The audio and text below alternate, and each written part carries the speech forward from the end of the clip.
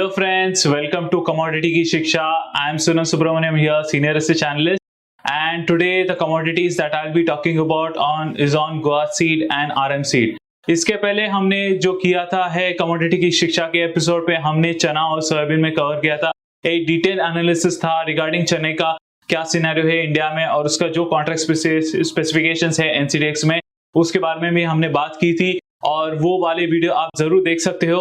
और हम third video पे आए हैं और हमारा ये सीरीज का थर्ड है हमारा सीरीज और यहाँ पे हम फोकस करने वाले हैं ग्वार सीड और आरएम सीड में.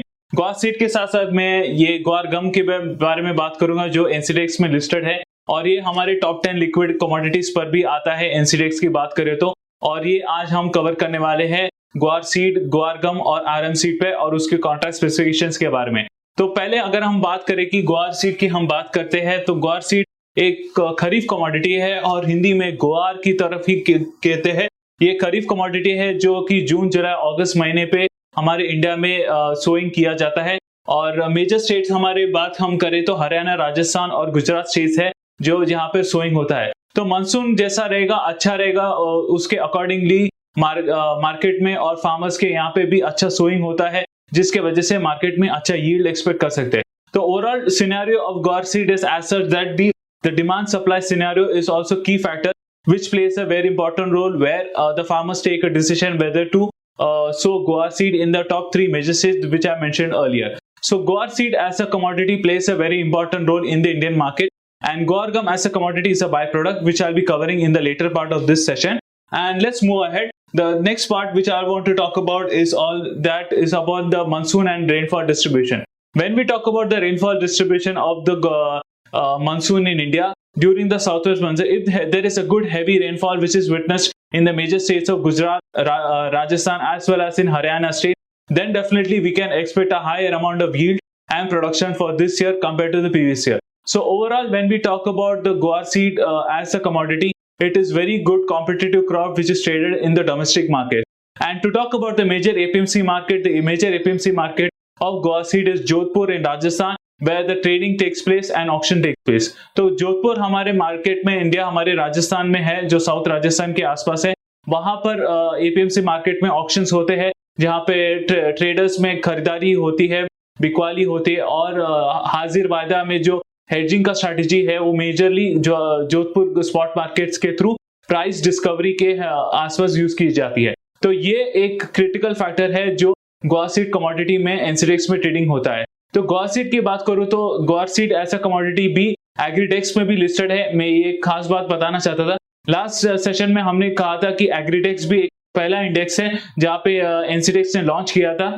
जैसे हमारे पास बीएसई एनएसई में निफ्टी और सेंसेक्स है तो उसी तरीके से एग्रीडेक्स भी लॉन्च हुआ था टॉप 10 लिक्विड कमोडिटीज में.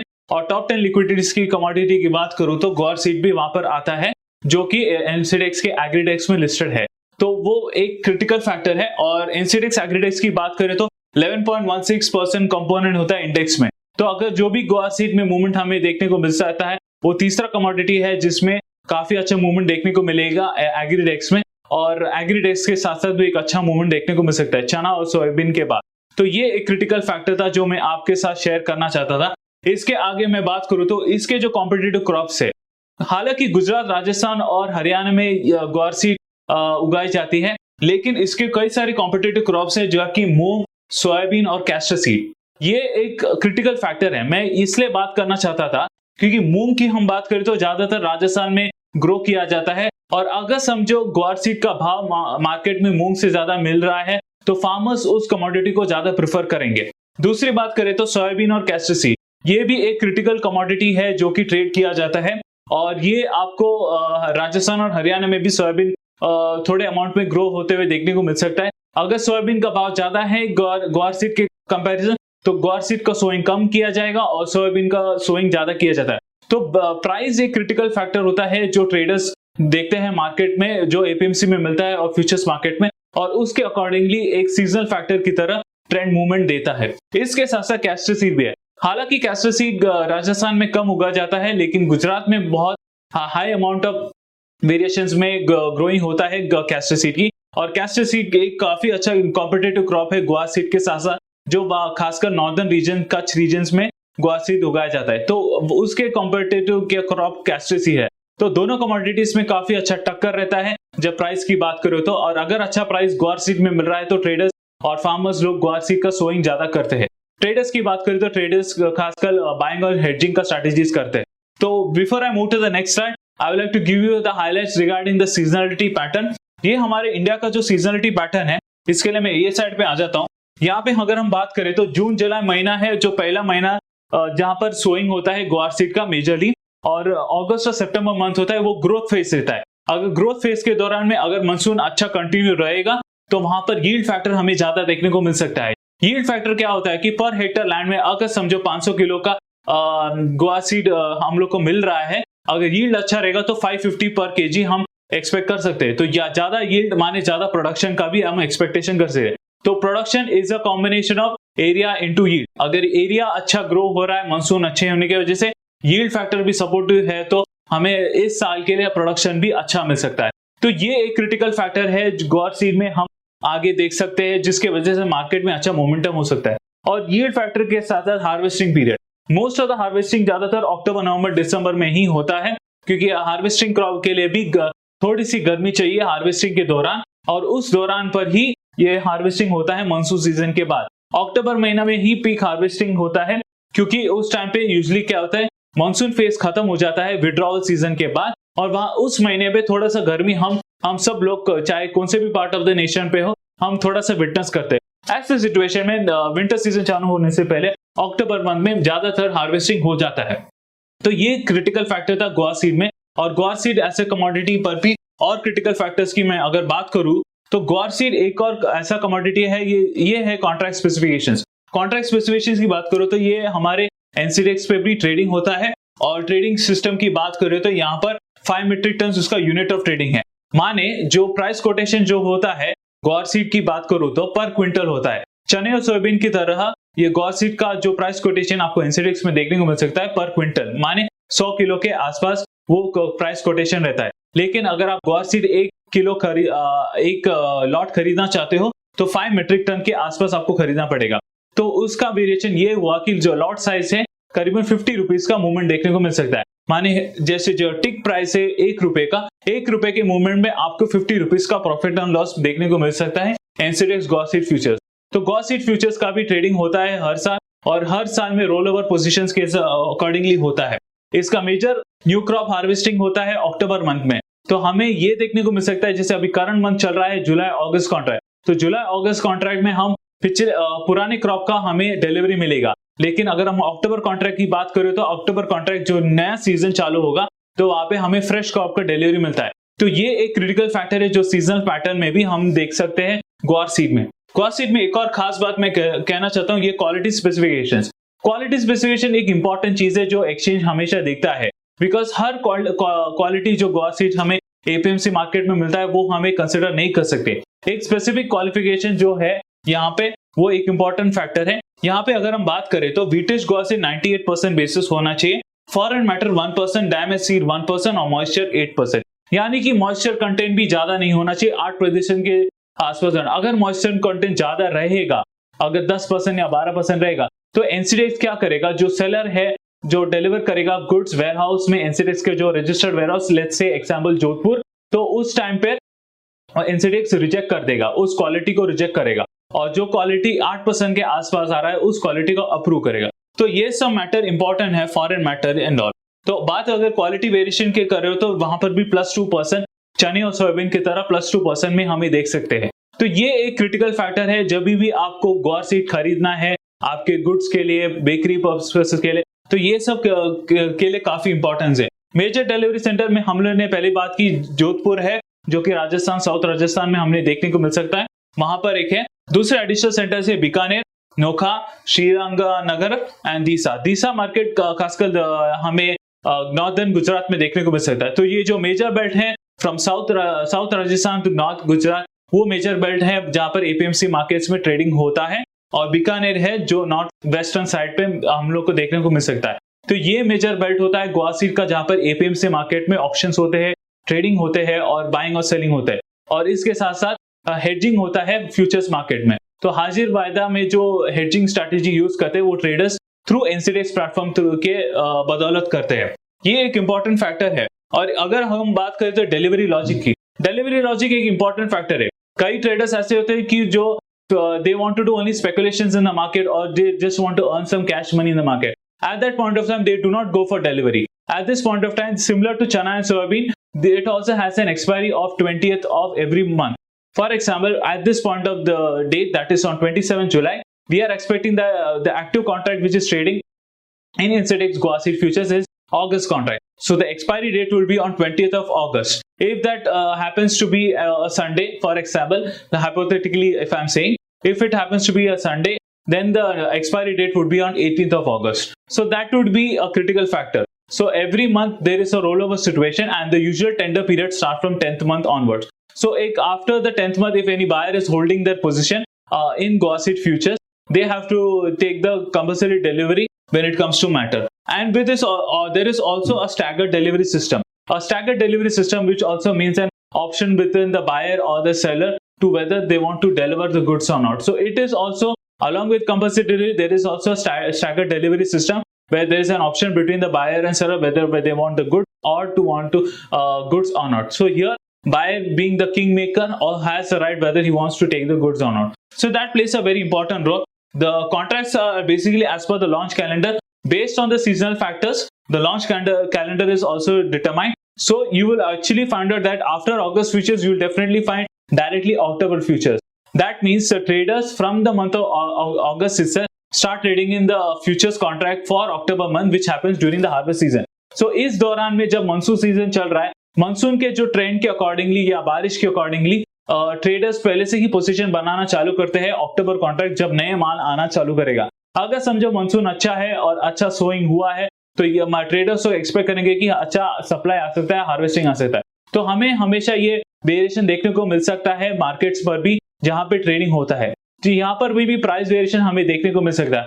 अगर समझो मानसून खराब है तो अगस्त कॉन्ट्रैक्ट में हमें देख सकते हैं कि प्राइस जो है एक लोअर बैंड पे रहेगा, लेकिन अक्टूबर कॉन्ट्रैक्ट एक बहुत हायर बैंड पे रहेगा क्योंकि मानसून खराब था। लेकिन अगर मानसून बहुत अच्छा है तो एक बैकवर्डेशन ट्रेंड फॉलो करेगा, जहां पर अगस्त कॉन्ट्रैक्ट फ्यूचर्स में आप हायर लेवल पे प्राइस देख सकते हैं और पहले से ही अक्टूबर कॉन्ट्रैक्ट जो हार्वेस्टिंग सीजन है वो डिस्काउंट प्राइस पे चलते हुए देखने को मिलता है, क्योंकि डिस्काउंट प्राइस में तब चलते हैं जब मार्केट्स में अराइवल्स आना चालू करते हैं और usually supply is expected to be higher than demand. तो सप्लाई ज्यादा होने की वजह से डिमांड के कंपैरिजन वहां पे हमें पहले से ही डिस्काउंट में ट्रेड करते हुए देखने को मिल सकता है। तो ये लॉन्च कैलेंडर भी एक इंपॉर्टेंट फैक्टर है जो कॉन्ट्रैक्ट स्पेसिफिकेशंस में आपको देखने को मिल सकता है। बाकी जो इंपॉर्टेंट फैक्टर है कि इनिशियल मार्जिन भी 12%। मार्जिन एक इंपॉर्टेंट फैक्टर है because most of the agriculture commodities has an margin of around 8 to 10% and 12% and all. So when we talk about Guar Seed over here, Guar Seed का margin भी 12% है जो काफी initial margin है, वो important है। Exchange के जो रूल्स के अकॉर्डिंगली कभी कभार एडिशनल मार्जिन भी लगाया जाता है और एक्सट्रीम लॉस मार्जिन भी लगाया जाता है। वो it happens based on a particular situation और at a particular time when the market is extremely volatile और एक्सट्रीमली बुलिश और bearish. So at that point of time the exchange imposes an additional margin or an extreme loss margin. So it is important to know what are the important contract specifications which is there when we talk about NCDEX Guar Seed futures. Moving ahead, I just wanted to cover more parts on NCDEX Guar Seed futures. बात अगर tender period की करें तो मैंने tender period के बारे में पहले से बात कर लिया है। चने और सोयाबीन की तरह टेंडर पीरियड भी यूजुअली 10 तारीख के बाद चालू होता है। अगर 20 तारीख का कॉन्ट्रैक्ट एक्सपायरी हो रहा है तो 10 तारीख से ही डिलीवरी चालू हो जाते हैं। एक्चुअल डिलीवरी हमें एक्चुअली मिलता है अगले महीने के 5 तारीख तक। माने अगर आपने अगस्त कॉन्ट्रैक्ट में आपने अगर गुआर सीड फ्यूचर्स खरीदा है और टेंडर पीरियड के बाद माने 10 तारीख के बाद आप कैरी फॉरवर्ड करते हो, ऐसे सिचुएशन में एक्चुअल डिलीवरी माने फिजिकल डिलीवरी ऑफ गुड्स आपके वेयरहाउस से आपके एक्सचेंज के जो वेयरहाउस है वो आपको 5 तारीख माने 5 सितंबर तक आ जाएगा। तो ये एक क्रिटिकल फैक्टर है जो मैं आपके साथ शेयर करना चाहता था, जो डिलीवरी सिस्टम की बात हो रही है। तो यहाँ पर भी T+2 बेसिस होता है, तो यहाँ पर भी T+2 माने ट्रेड माने +2 डेज। सो यहाँ पर भी एक इंडियन एक्सचेंज की तरह सारे एक्सचेंजेस की तरह T+2 बेसिस पे भी ट्रेडिंग होता है। तो ये एक इंपॉर्टेंट फैक्टर है। Closing of contract, clearing and settlement भी होता है। हर एग्रीकल्चर कमोडिटीज में ज्यादातर जो फिजिकल डिलीवरी का और कंपल्सरी डिलीवरी होता है, तो यहाँ पे क्लोजिंग ऑफ कॉन्ट्रैक्ट होता है। जो सेटलमेंट प्राइस होता है वो last will commence with the commencement of tender period and compulsory delivery with each position for T+2 plus buying the matches process is important. So upon the expiry of all outstanding positions shall result into compensatorily। तो और जो भी outstanding position है whether the buyer और the seller side पर, वो सारे compulsory delivery में चला जाता है। तो it is always important for every trader जो सिर्फ कैश बेसिस या इंट्राडे ट्रेडिंग करना चाहता है कि वो 10 तारीख के बाद दूसरे कॉन्ट्रैक्ट मानी, अगर समझो अगस्त कॉन्ट्रैक्ट के बाद सीधा अक्टूबर कॉन्ट्रैक्ट है, तो वहां पे पोजीशन रोल ओवर करना चाहिए to continue with the cash profit basis. But if they want to go for delivery basis then they should keep on holding their position till the date of expiry, जहां पे final price quotation मिल जाता है और उसके साथ आपको physical delivery goods करनी पड़ती है या लेनी पड़ती है। So it is clearly important for both buyer and seller to make a decision during the tender period whether to buy the good or to just roll over to the next position and make the cash profit. So it is important when we talk about the delivery system when it comes to Guar seed. So Guar seed plays a very important role, and the position limits and aggregate limits are also equally important. So here also the trading timing of Guar seed is also from 9 to 5, similar to other agriculture commodities such as chana and soybean, which we covered in the last episode. Here the trading hours are usually from 9 to 5. After 5 p.m. the trading gets closed and it gets closed goes to the next day. So here also it plays a very important role. Monday to Friday पर ही trading majorly होता है। हालांकि जो spot markets होते हैं वो कभी कभार सैटरडे को भी ओपन रहता है, लेकिन जो वायदा बाजार है वो trading majorly Monday to Friday पर ही होता है। तो ये एक इंपॉर्टेंट फैक्टर है जो मैं कहना चाहता था एनसीडीएक्स कॉन्ट्रैक्ट में ट्रेडिंग करते वक्त। तो ये मेजरली आपको सारी डिटेल्स यहाँ पर मिल जाएंगे। पोजीशन लिमिट्स भी इंपॉर्टेंट है जो कि ग्वार सीड में हेजिंग के लिए काफी अच्छा है, और ये जो रूल है वो सितंबर 2016 में आया था। तो guar seed as a commodity is very challenging when we talk about in Indian market. Before I go to the next part I would like to give you more highlights regarding guar gum as a commodity. ग्वार गम हमारे India में भी काफी well known commodity है जो trading किया जाता है, and it is highly traded in the guar seed. It is like a byproduct of guar seed which is traded in the domestic market. So हमारे इंडिया में भी डोमेस्टिक मार्केट्स में trade करता है। और बात अगर कॉन्स्टिट्यूएंसी की करें तो 6.45% होता है एग्रीडेक्स का कॉन्स्टिट्यूएंसी एज पर 2020-21। तो 2021 के अकॉर्डिंगली इतना था, और अभी भी शायद बढ़ सकता है अगर ग्वार सीड और ग्वार गम में अच्छा वॉल्यूम्स है।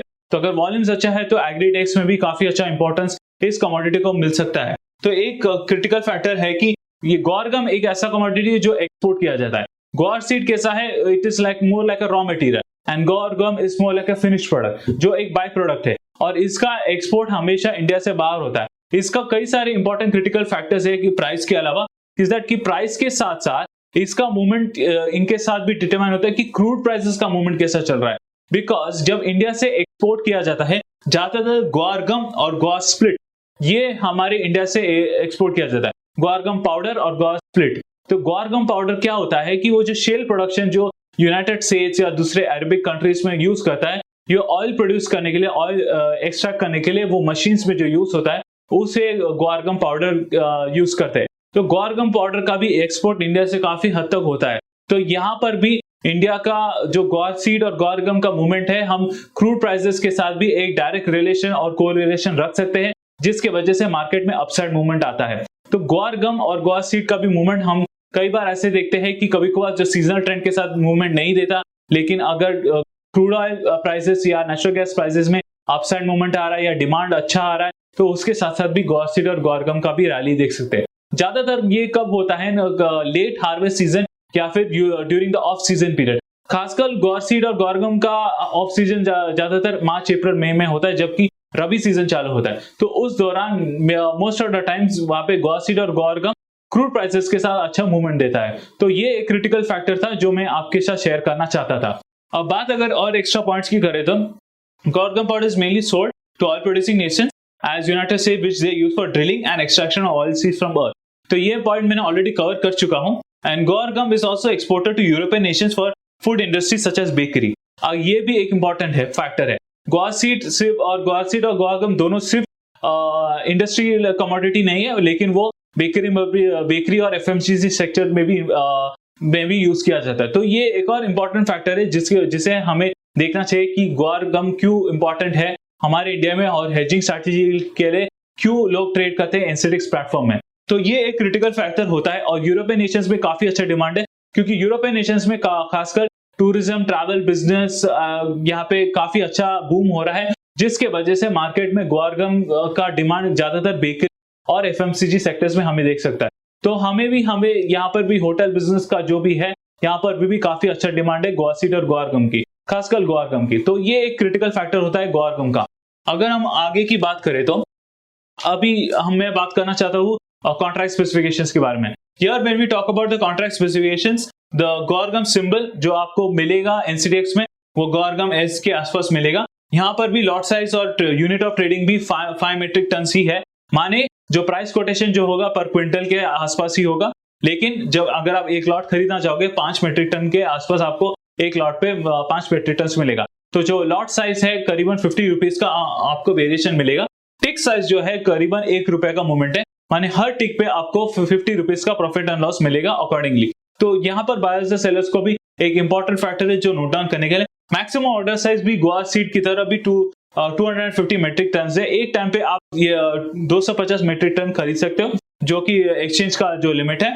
दूसरी बात करें तो क्वालिटी स्पेसिफिकेशन, क्वालिटी स्पेसिफिकेशन भी इंपॉर्टेंट है। गुआर सीड की तरह कई सारे क्वालिटीज मिलते हैं गुआर गम में भी जो एपीएमसी मार्केट में, लेकिन जो एक्सचेंज का प्रिस्क्रिप्शन है, जो एक्सचेंज का मेन स्पेसिफिकेशन है, वो भी जानना इंपॉर्टेंट है कि कौन सा आप ट्रेड कर सकते हो मार्केट्स में, कौन सा आप सेल कर सकते हो एक्सचेंज के वेयर हाउस में, बिकॉज वो भी जानना बहुत इंपॉर्टेंट है कि यहाँ पे रेसिड्यू इंसॉल्वेंट इन एसिड, ये एक protein undershoot split, black dark seed and brown coloured split through fourth mesh, ये सब एक क्वालिटी स्पेसिफिकेशन है जो आपको जानना बहुत जरूरी है। मॉइस्चर कंटेंट बहुत इंपॉर्टेंट है, यहाँ पर भी गुआर सीड की तरह 8% है, बाकी के है करीबन 5% के 3% के आसपास है, और फॉरेन पार्टिकल्स कम होना चाहिए। हालांकि गुआर सीड में फॉरेन पार्टिकल 1% था, लेकिन यहाँ पर 30.03% ही बताया गया।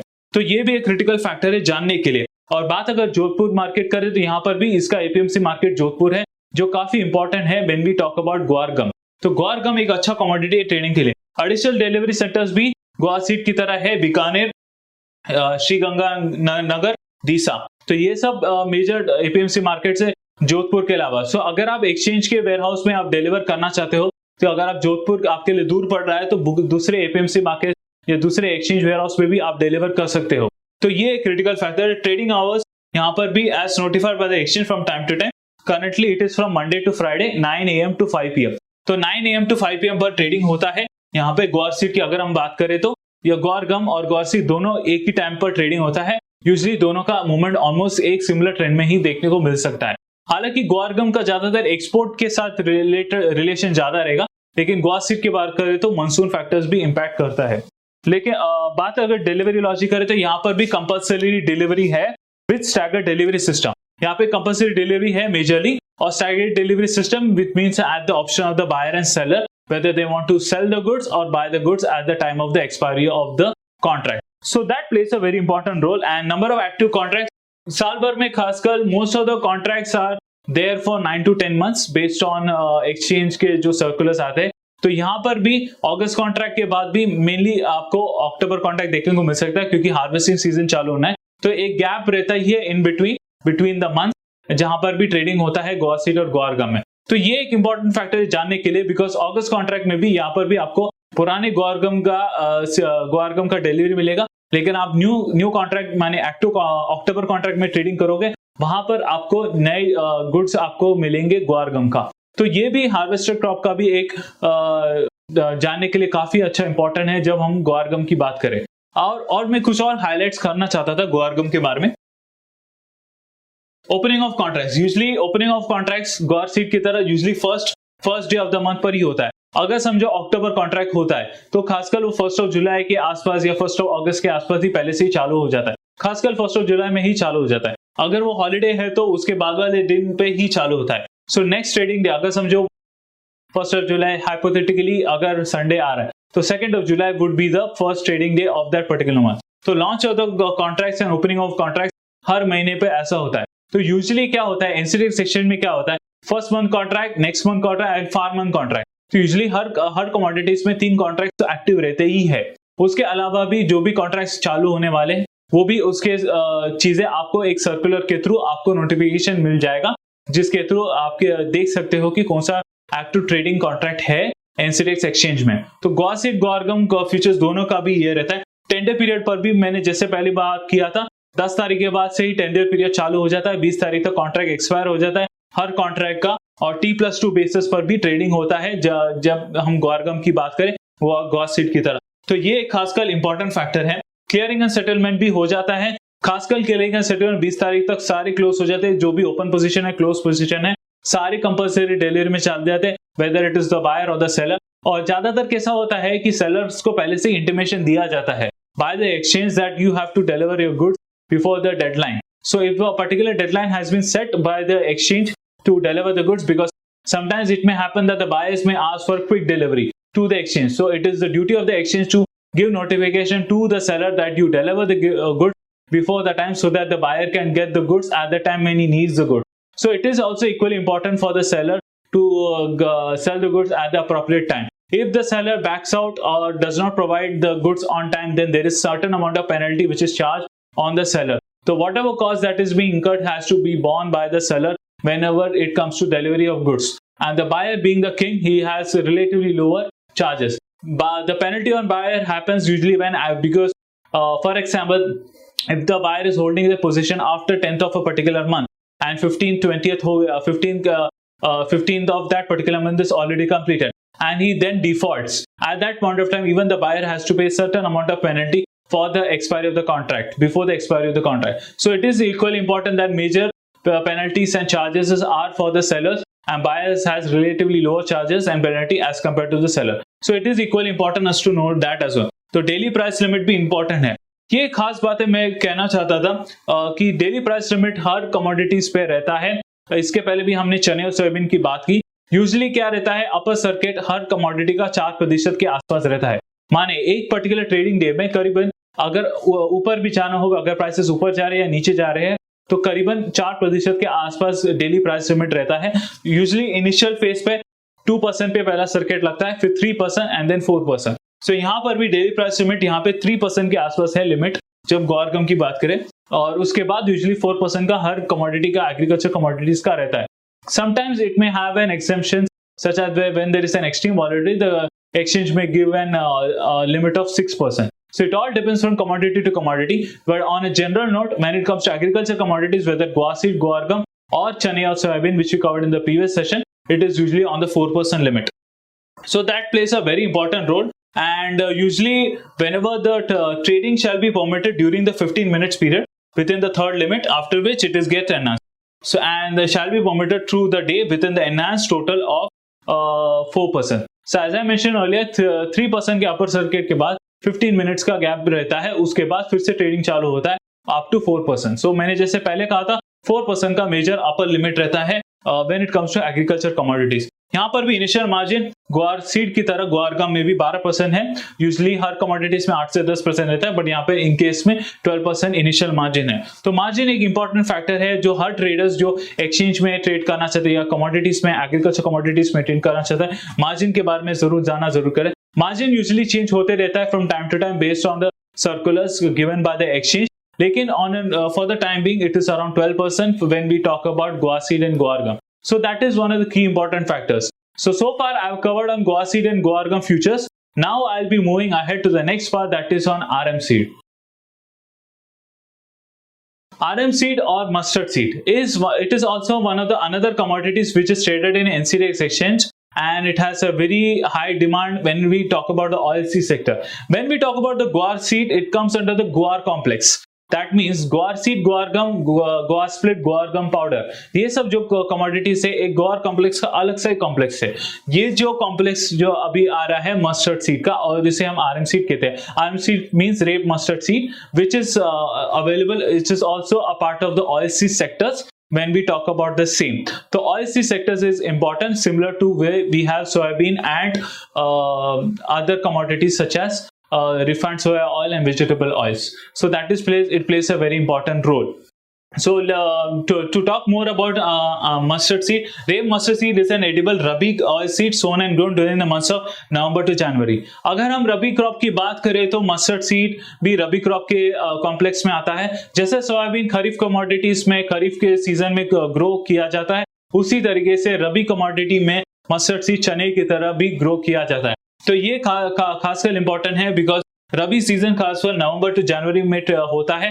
और अगर हम कॉन्स्टिट्यूंसी की बात करें तो एग्रीडेक्स में भी अच्छा कॉन्स्टिट्यूंसी है, करीबन 12.12% of the index component for the financial year 2020-21। सो अगर 21-22 में भी वेरिएशंस रहेगा definitely, but it is still one of the top 10 among the top 10 liquid commodities which is traded in NCDX and it is still a part of the Agridex index. So that is why mustard seed भी हमारे oil seed sectors में आता है। The major states है मध्य प्रदेश, राजस्थान और हरियाणा। अगर soybean की करें तो सोयाबीन मेजरली मध्य प्रदेश और राजस्थान में उगता है खरीफ सीजन के टाइम पे, और वही सेम सॉइल पर भी मस्टर्ड सीड उगाया जाता है जो कि रबी सीजन में। यहाँ पे ये एक खास इंपॉर्टेंट फैक्टर है कि अगर मानसून अच्छा रहा और सोयाबीन का सोइंग अच्छा रहा, जो यील्ड और न्यूट्रिएंट वैल्यू जो रहता है सॉइल में वो बढ़ता है। उससे क्या होता है कि जो रबी सीजन में जो सोइंग होता है रबी कमोडिटीज का जैसे मस्टर्ड सीड का, उसका भी ग्रोथ अच्छा देखने को मिल सकता है। तो ये भी इंपॉर्टेंट है कि अगर सोयाबीन का सोइंग अच्छा होता है तो सिमिलरली मस्टर्ड सीड का सोइंग और यील्ड फैक्टर और प्रोडक्शन फैक्टर भी ज्यादा देखने को मिल सकता है। तो it is always important to know that soybean and mustard seed has some amount of relationship with each other when we talk about the market.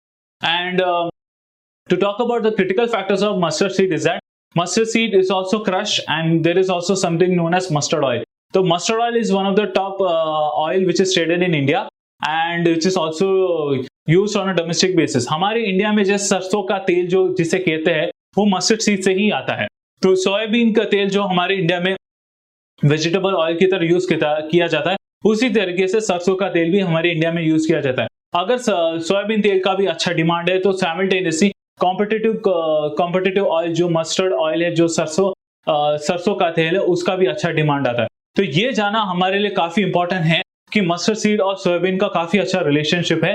हालांकि वो सोयाबीन खरीफ कमोडिटी में आता है और ये मस्टर्ड सीड रबी कमोडिटी में आता है। अगर हम बात करें तो यहाँ पे हार्वेस्टिंग सीजन खासकर फरवरी टू अप्रैल मंथ्स में होता है और मेजरली ये एक क्रिटिकल फैक्टर है। अगर समझो पर्टिकुलर स्टेट में सोइंग अक्टूबर मंथ से ही चालू हो जाता है या फिर लेट अक्टूबर या इनिशियल नवंबर फेज में हो जाता है, तो ऐसी सिचुएशन में फरवरी में ही हार्वेस्टिंग आना चालू हो जाता है। कभी कभार क्या हो जाता है कि अगर समझो लेट सोइंग होता है तो उसी तरीके से हार्वेस्टिंग भी लेट होता है, खासकर मार्च और अप्रैल मंथ पे। तो ये जाना हमारे लिए बहुत इंपॉर्टेंट है। Sowing of RMC depends on the winter weather. Winter यहाँ पे बात करें तो विंटर वेदर भी इंपॉर्टेंट है। अगर समझो मानसून अच्छा लेकिन नवंबर दिसंबर के दौरान हम अब बहुत मॉइस्चर देख रहे हैं या फिर डिलेड एक्सटेंडेड रेनफॉल देख रहे हैं या बहुत ज्यादा गर्मी हो गया, ऐसे सिचुएशन में मस्टर्ड सीड का सोइंग होना बहुत मुश्किल हो जाता है।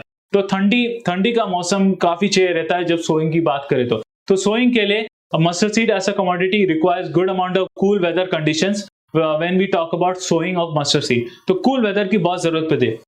Price also plays a very important role. यहाँ पे भी हर चीज के लिए भाव एक इंपॉर्टेंट फैक्टर है। अगर फार्मर्स को अच्छा भाव मिल रहा है तो वो ज्यादा सोइंग करेगा। अगर समझो इसका कॉम्पिटिटिव क्रॉप है चना, अगर चना का भाव ज्यादा अच्छा मिल रहा है मस्टर्ड सीड के कंपैरिजन तो चने का सोइंग ज्यादा होगा। लेकिन अगर मस्टर्ड सीड का भाव अगर फार्मर्स को अच्छा मिल रहा है चने के कंपैरिजन तो फार्मर्स चने का के बदले मस्टर्ड सीड का ज्यादा सोइंग करेंगे। जो भी मेजर स्टेट्स है खासकर मध्य प्रदेश, राजस्थान और हरियाणा में, तो ये तीनों मेजर स्टेट्स पे भी चने का सोइंग होता है। और यहाँ पर अगर भाव अच्छा मिल रहा है मस्टर्ड सीड का तो मस्टर्ड सीड का सोइंग ज्यादा मिल सकता है। तो यहाँ पे price plays a very important role when we talk about the market. Moving ahead to the next part, मैं थोड़ा सा और हाईलाइट देना चाहता था।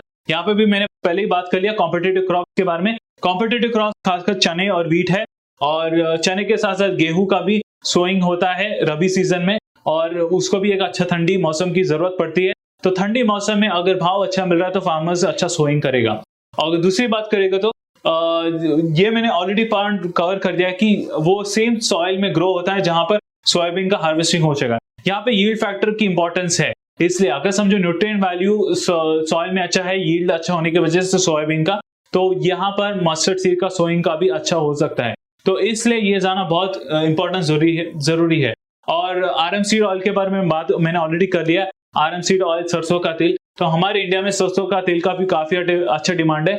सोयाबीन तेल के साथ साथ क्रूड पाम ऑयल तेल का भी के साथ भी कॉम्पिटिटिव है। अगर समझो क्रूड पाम तेल और सोयाबीन रिफाइंड ऑयल माने सोयाबीन तेल में अच्छा डिमांड है तो हमें सरसों का तेल में भी अच्छा डिमांड और अच्छे भाव देखने को मिल सकता है। क्योंकि सरसों का तेल है हमारे इंडिया का टॉप ऑयल, वेजिटेबल ऑयल, और हमारे प्रीमियम ऑयल के अंडर आता है। Crude palm oil usually relatively low quality oil को हम मानते हैं, और सोयाबीन ऑयल को मीडियम क्वालिटी मानते हैं, और इसको हम प्रीमियम ऑयल की तरह कंसिडर करते हैं जब वेजिटेबल ऑयल्स की बात करें तो सरसों का तेल भी काफी अच्छा इंपॉर्टेंस है। हालांकि क्रूड पाम ऑयल और रिफाइंड ऑयल ज्यादातर मैन्युफैक्चरिंग इंडस्ट्रीज में भी यूज किया जाता है in producing of soaps and shampoo, लेकिन सोया तेल में भी थोड़ा, और आरएम सीड तेल में भी काफी अच्छा डिमांड है मैन्युफैक्चरिंग सेक्टर्स में। तो ये इंपॉर्टेंस है। जो बचा कुचा पार्ट है that means सोया मील और आरएम सीड मील।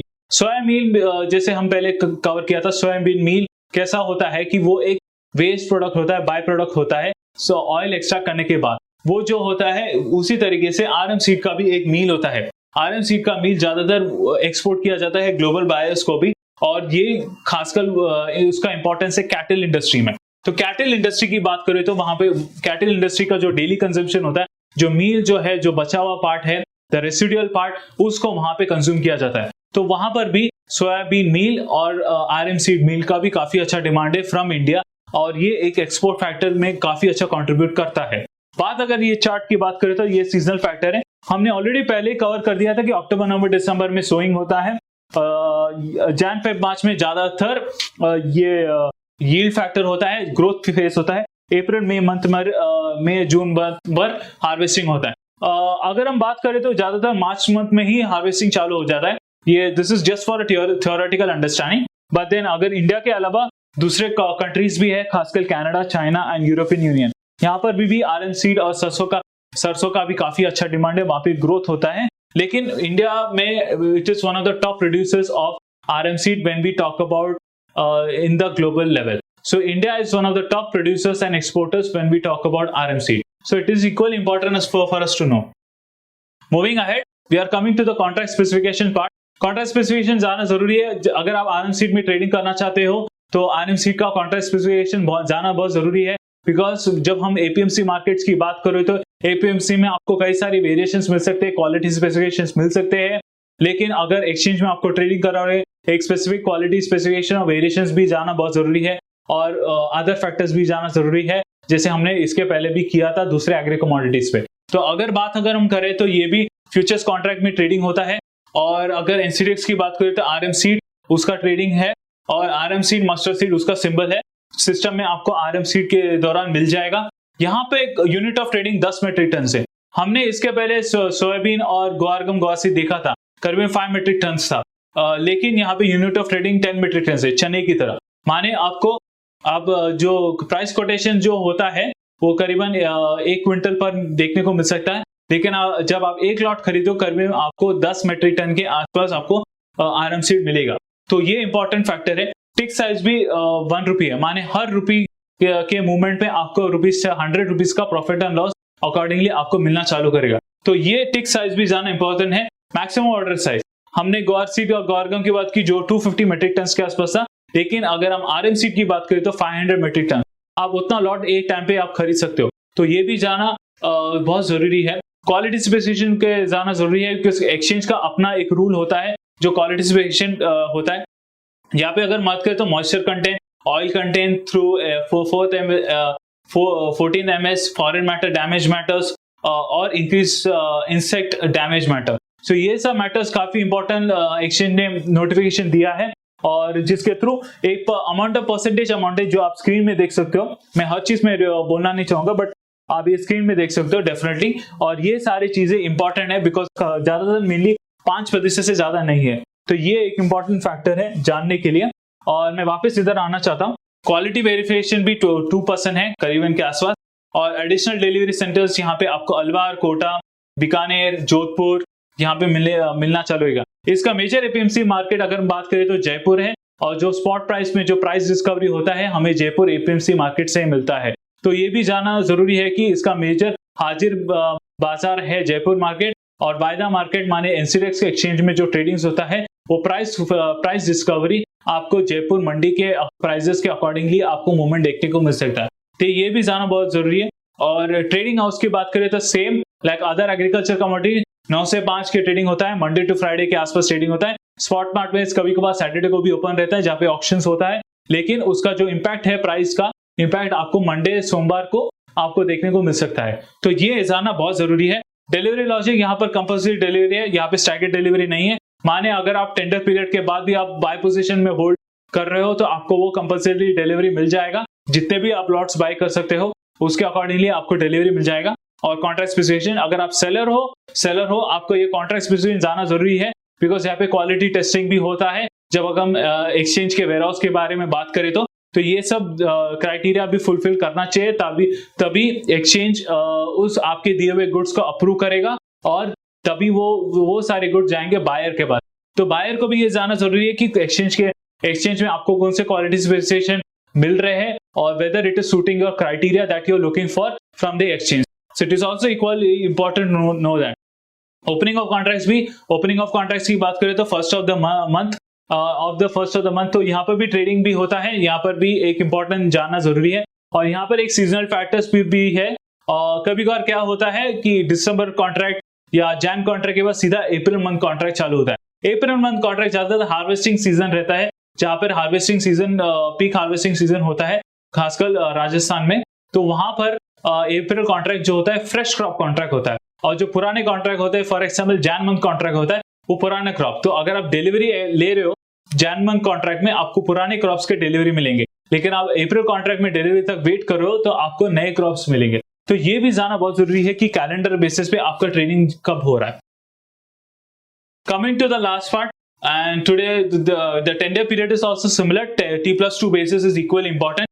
यहाँ पे it is also important to know that if it happens to be a Saturday, Sunday or a holiday, exchange clearing corporations will provide the pay and payout and would be affected on the next working day. अगर T+2 basis पे अगर समझो आपके T+2 basis पे Saturday Sunday आ रहे हैं तो वो मंडे ट्यूसडे को कैरी फॉरवर्ड होता है। तो ये भी जानना जरूरी है। क्लोजिंग ऑफ कॉन्ट्रैक्ट सारे क्लियरिंग एंड सेटलमेंट्स भी हो जाते हैं एक्सपायरी के दिन। सो जो भी बायर और सेलिंग पोजीशन है उसको सबको क्लियर आउट कर देते हैं। जो बायर्स है उनको कंपल्सरी डिलीवरी कर देते हैं, जो सेलर्स है उनको सेलर्स का डिलीवरी का नोटिफिकेशन देते हैं। तो ये सब जानना जरूरी है when we come about closing of contract. Due date and expiry ये मैंने ऑलरेडी कवर कर दिया है। सारे एग्रीकल्चर कमोडिटीज की तरह 20 तारीख का होता है और टेंडर पीरियड ज्यादातर 10 तारीख के बाद चालू हो जाता है। तो जो भी कैश सेटलमेंट केसेस पे प्रॉफिट ही बनाना चाहता है वो 10 तारीख के बाद रोल ओवर पोजीशंस कर ले। फॉर एग्जाम्पल अभी अगस्त कॉन्ट्रैक्ट चल रहा है, उसे रोल ओवर करके सितंबर कॉन्ट्रैक्ट में चले जाना चाहिए, वो ज्यादा बेटर रहेगा अगर वो कैश बेसिस पर ही प्रॉफिट बनाना चाहता है।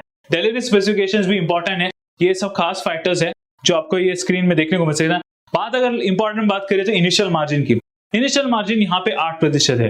ये एक फिजिकल ट्रेडर्स हो या जो ट्रेडर्स है जो हेजिंग करना चाहते हैं वो जानना चाहते हैं कि यहाँ पे 8% है इनिशियल मार्जिन। मार्जिन बढ़ सकता है घट सकता है, अगर उसका नोटिफिकेशन आपको एक्सचेंज के थ्रू मिल जाएगा based on the quality specifications और the situations based on analysing. Initial margin है। एडिशनल मार्जिन और एक्सट्रीम लॉस मार्जिन तब आएगा in case of any situation arises और if there is any extreme volatility that we face in the market, तो उसका भी circular आपको मिलना चालू हो जाएगा अगर आप एनसीडेक्स में ट्रेडिंग करना चालू करेंगे।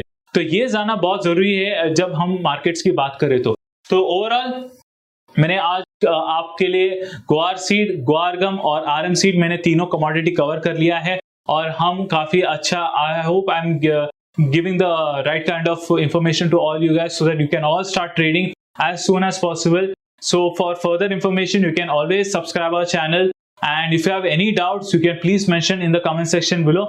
We'll try to get back to you as soon as possible. Please do like, share and subscribe our channel, which will be also good for you and us. And we will be coming in our next show where we'll be covering another top two other commodities in the agriculture sector, which will be important for you for trading and which will help you grow in life and as well as gain maximum profits on a long-term duration. Thank you. Have a wonderful day.